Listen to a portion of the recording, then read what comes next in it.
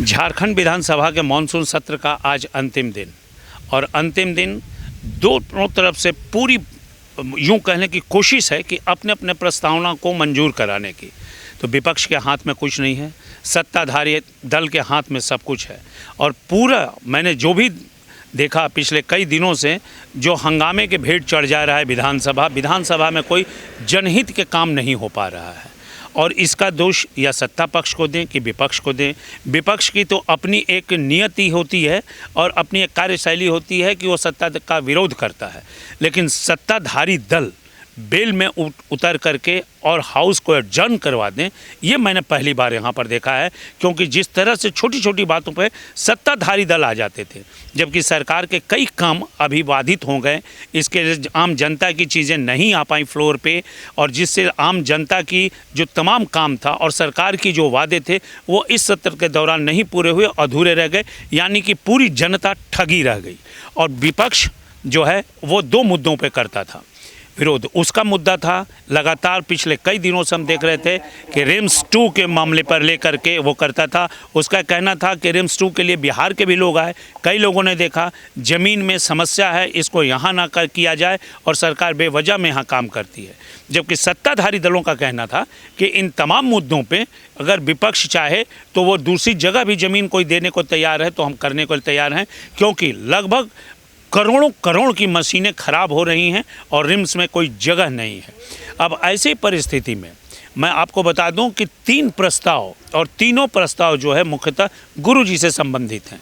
और उसमें एक प्रस्ताव है झारखंड में जो इंटरनेशनल क्रिकेट एसोसिएशन का स्टेडियम है JCA, उसका नाम बदलकर शिबू सोरेन के नाम पर रखना।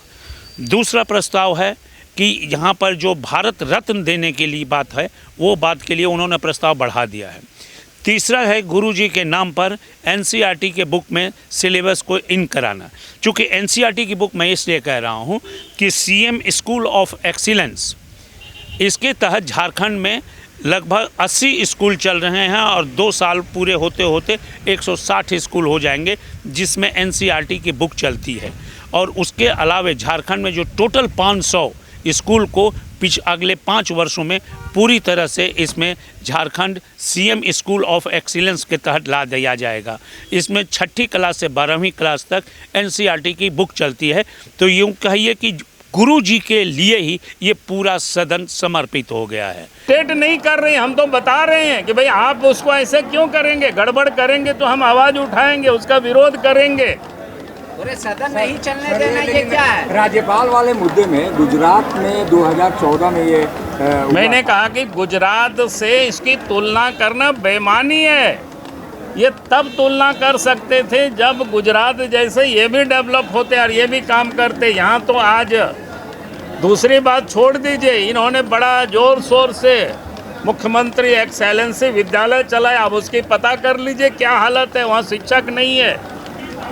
पिछले बार जो रिजल्ट भी आया उसका कैसा रिजल्ट आया आप सबको, आपने ही अखबार में आप सब लोगों ने दिखाया भी लोगों को।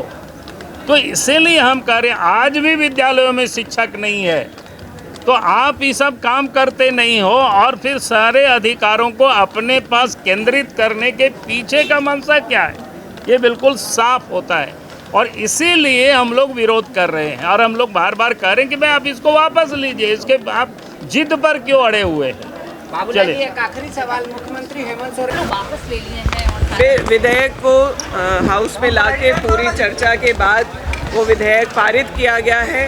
और कई बातों में विपक्ष खुद ही इस बात को लाया कि किस तरह से अराजकता फैली हुई थी, कैसे नियुक्तियों में परेशानी हो रही है। तो मुझे लगता है ये स्टेट के फेवर में ये हुआ है, स्टूडेंट्स के हित में हुआ है, राज्य के बच्चों के हित में हुआ है, और इसका स्वागत विपक्ष को भी करना चाहिए। बाबूलाल जी कह रहे हैं, देखिए भाजपा जो है उन लोगों ने जो हम लोगों ने बिल पेश किया उसमें राज सिन्हा जी, नवीन जायसवाल जी, सरयू राय जी खड़े हुए थे। वही लोग आरोप लगा रहे हैं कि सीनेट की बैठक नहीं होती है, सिंडिकेट की बैठक नहीं होती है। तो हम तो सुधार करना चाह रहे हैं और बेहतर ये अगर सरकार के अधीन रहेगा तो जो विश्वविद्यालयों की जो स्थिति है वो जवाबदेही किनकी है, सरकार की होती है।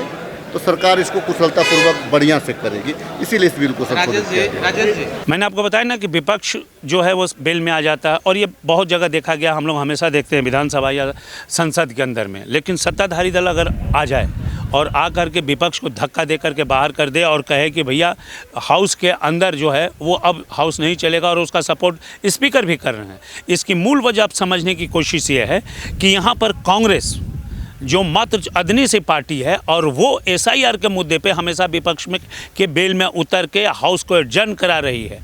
यानी कि आप राहुल गांधी को खुश करने के लिए झारखंड के विधानसभा को कांग्रेस डिस्टर्ब कर रही है, और यह बात JMM के समझ में नहीं आ रही है, हेमंत को समझ में नहीं आ रही है कि उनका स्टेट है, उनको मैंडेट मिला है, और कांग्रेस इसमें अपना फ़ायदा उठा रही है, और अपने जो उनके आका हैं राहुल गांधी को वो पूरी तरह से खुश करने में लगी। अब इस तमाम सदन को देखना है कि आज अंतिम दिन जो तमाम चीज़ें आएंगी, तमाम चीज़ें होंगी, इसमें सत्ताधारी दल जो है इस गुरुजी के मसले पर कितना इमोशनली जो है वो सरकार को समर्थन दे पाता है या नहीं दे पाता है, क्योंकि 2 मुद्दों पर सत्ताधारी दल ने भी यहाँ पे अविश्वास प्रस्ताव लाने की बात कही थी।